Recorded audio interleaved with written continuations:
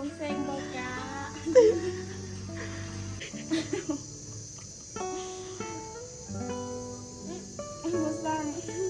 เต้นคือไปเยี่ยกับน้องก้าเต้นมือนั้นนะ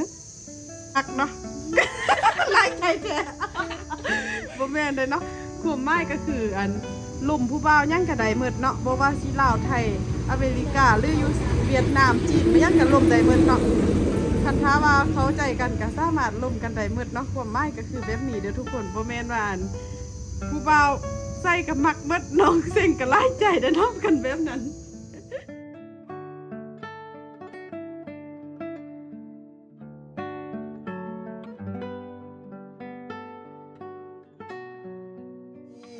น้องอาเซ็งมาผู้เดียวเลยมื้อนี้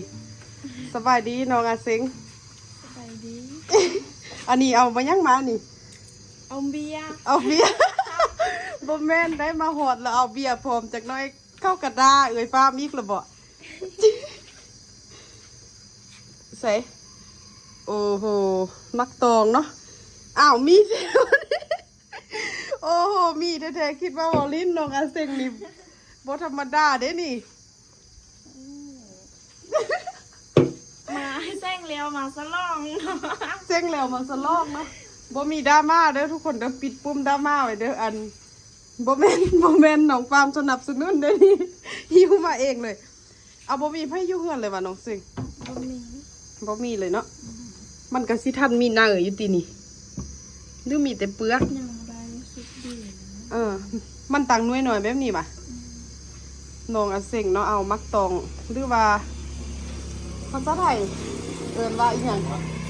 สัตว์กระทอนบ่แม่นสัตว์ทอนกระทอนเนาะกระทอนนั่นเอง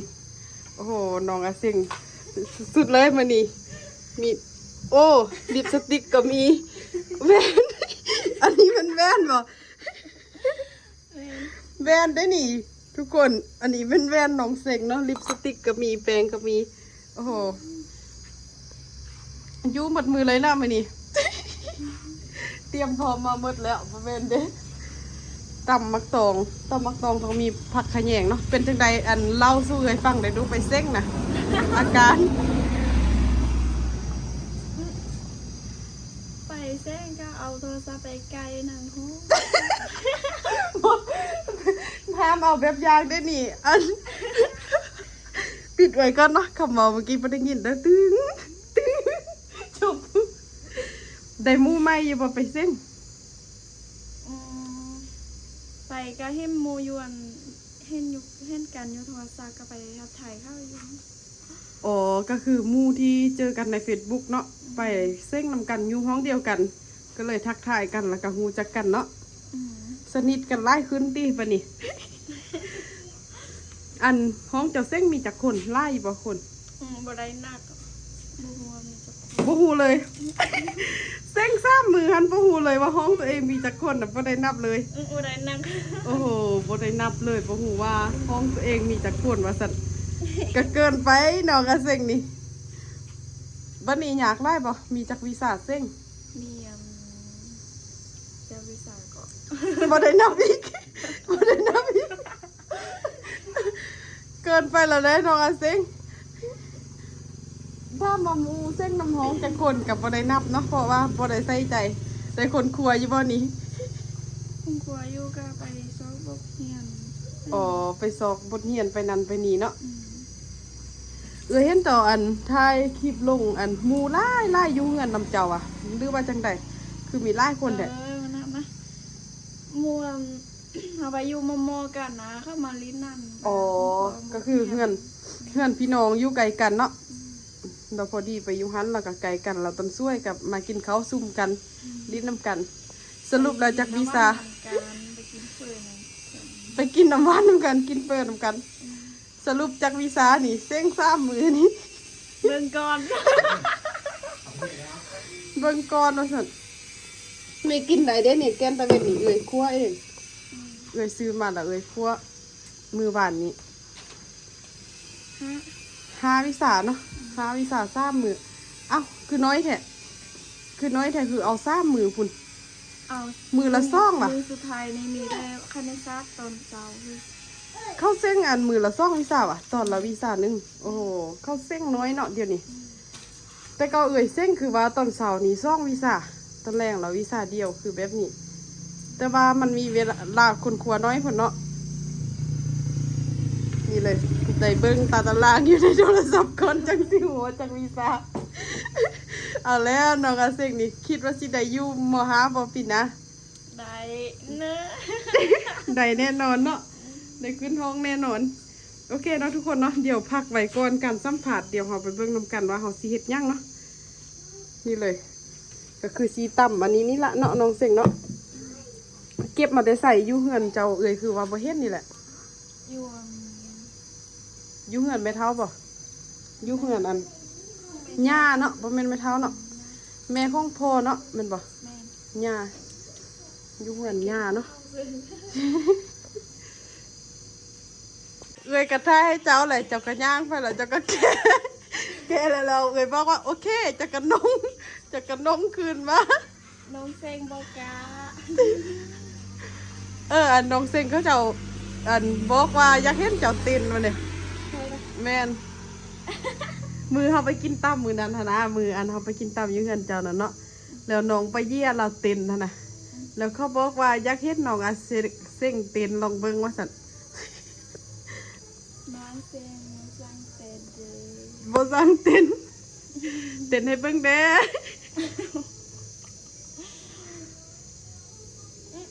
บ่สร้าง เต้นคือไปเยี่ยกับน้องกาเต้นมื้อนั้นหั่นนะ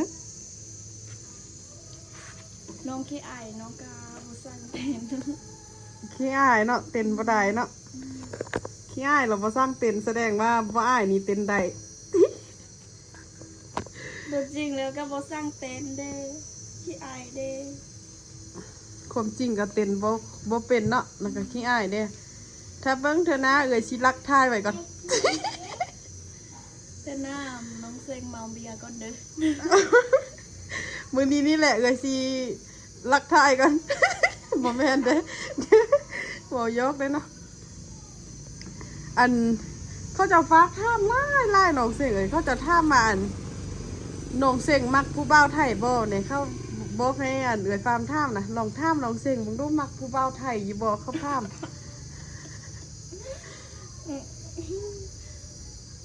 เอากำมัดอยู่กำมันบ้านไทย มักหมดเนาะกดอันผู้บ่าวยังก็มักเนาะ หลายใจแท้ บ่แม่นเด้เนาะความหมายก็คืออัน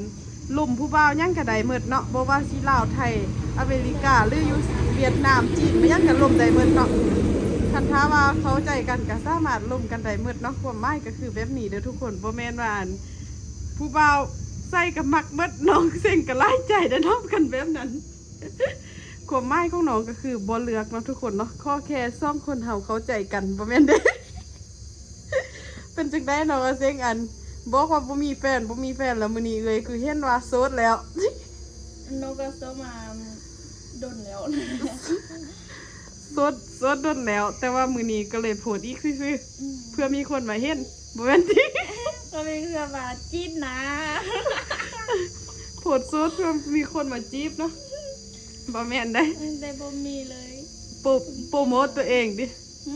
โปรโมทตัวเองดิเข้าใจคำว่าโปรโมทบ่รีวิวดิฮู้บ่ฮู้รีวิวบ่โปรโมทก็คือโปรโมทตัวเองก็คือ อันค่อยนี่นะโสดเด้อค่อยงามค่อยขี้ขานค่อยบ่ยังก็คือโปรโมทตัวเองเนาะในทางที่ดีแล้วก็บ่ดีน้องล้าบ่มาจากเทื่อเนาะติดต่อน้องได้อยู่บ่ น้องล่ามเรามาติดต่อเลยตอนน้องไปเส้ง โอ้เรานะสิเบ็ดมืดแล้วเนาะเพราะว่าเราไปไล่มือแล้วเนาะเราบ่ได้กลับมาบ้านเลยบ่ฮู้เลยเนาะว่ามือได้ละมา ไม่รู้เลย มีแต่นำไปห้าแล้วเนาะว่างๆอยากไปลิ้นอยู่อันบอนเจ้าทายมาหั่นน่ะคือสิคักเนี่ยแต่ว่าเฮาบ่มีเฮือนอยู่หั่นเนาะเฮาไปนี่เฮาก็อยู่หั่นบ่ได้เนาะไปขออยู่นำเข้า ไปได้ไปข้ออยู่นั่นเข้าได้ อ๋อหูจะเข้าอยู่หั่นอยู่บ่ หู สมมุติเข้าบ่อ อยู่ ยู่อันบ้านเดียวกัน อ๋อเข้าอยู่บ้านเดียวกันบ่ อืม ส สมมุติเขาบ่อยู่นี่เฮาข้อกระแจเข้าแล้วเฮาไปอยู่นี่ก็ได้คือกันเนาะบ่เป็นหยังเนาะฮู้จักกัน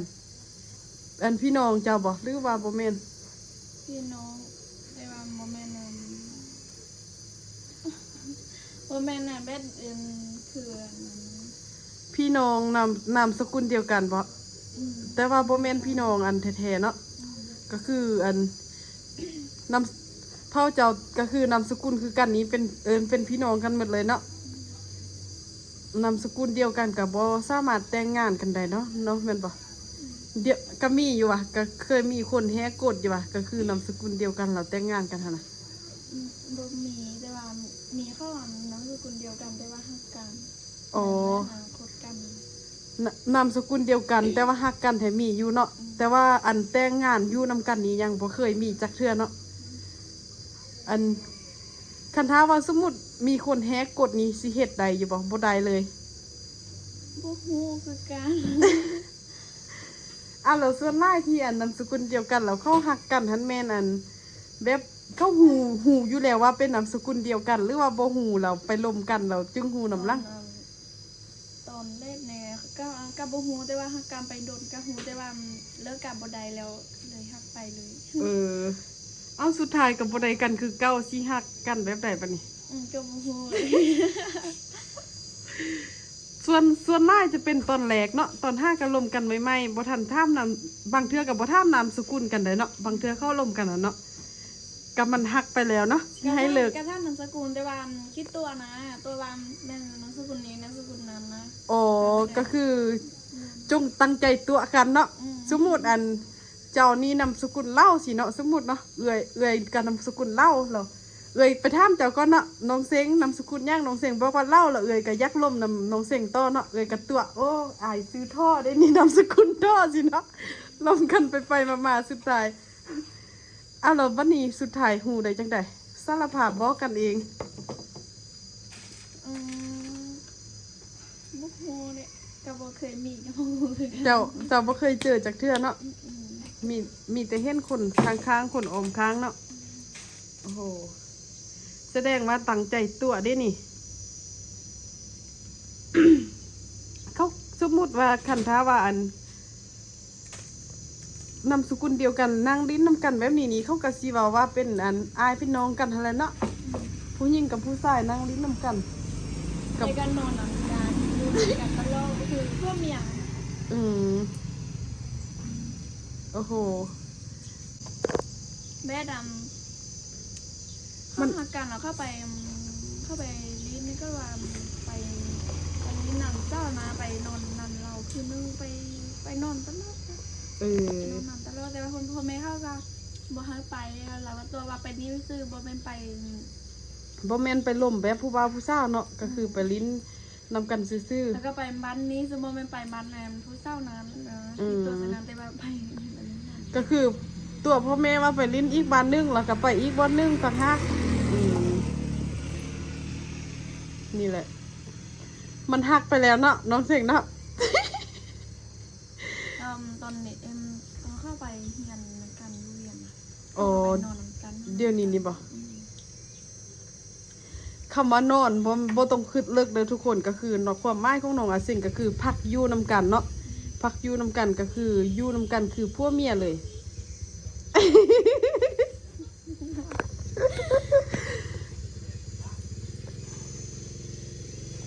น้องอาซิงคิดแนวได้เกี่ยวกับราคาคำเจ้าคิดแนวได้เกี่ยวกับราคาคำ ราคาคำนั่นก็ ขึ้นทุกมือนะคำนะราคาคำนะขึ้นทุกมือนะจะขึ้นเนี่ยได้เกี่ยวกับราคาคำ เข้าใจ บ่เข้าใจคำหะนะ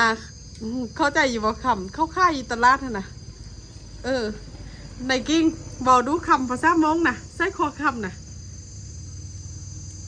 หูจักอยู่บ่บอกเอ่ยดูคำนะแม่นยัง อันน้องเซ็งหูสึกจังใดหะนะนับมือนับคำขึ้นตลอดหะนะ บ่ได้นั่นเลย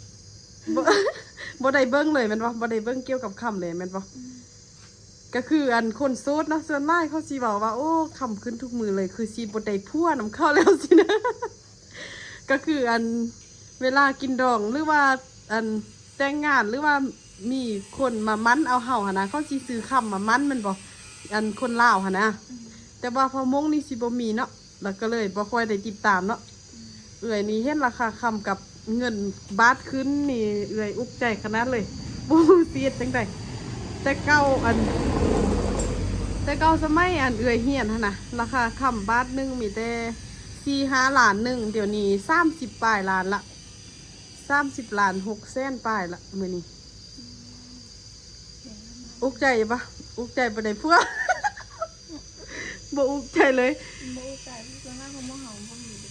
บ่อุกใจเนาะพอมงเอาบ่มีคำเนาะ ได้เงินเลย6 ล้าน ฮะ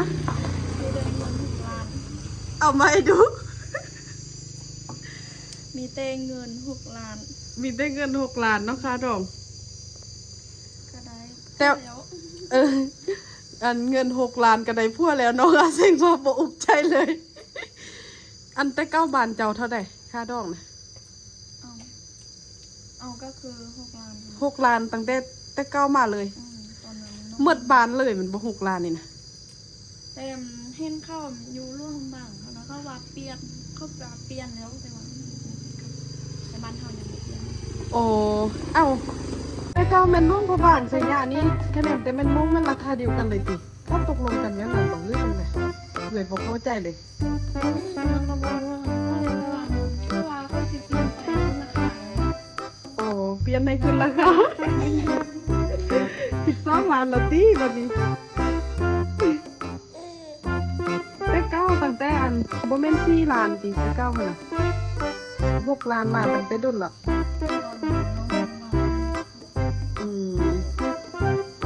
กำหนดหมดบานเลยเนาะ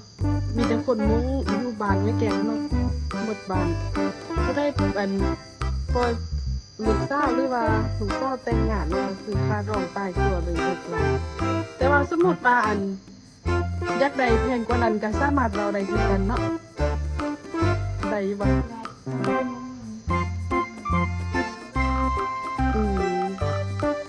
ก็คือจะได้กระไดเมื่อนั้นเอาที่เธอสบายใจซะ บ่แม่นเด้อโอ้โหอันส่วนมากเนาะคนอื่นเขาสิเว็บพ่อแม่กำหนดเองเนาะเอาตามความเหมาะสมแต่ว่าอันนี้แม่นบ้านกำหนดเลย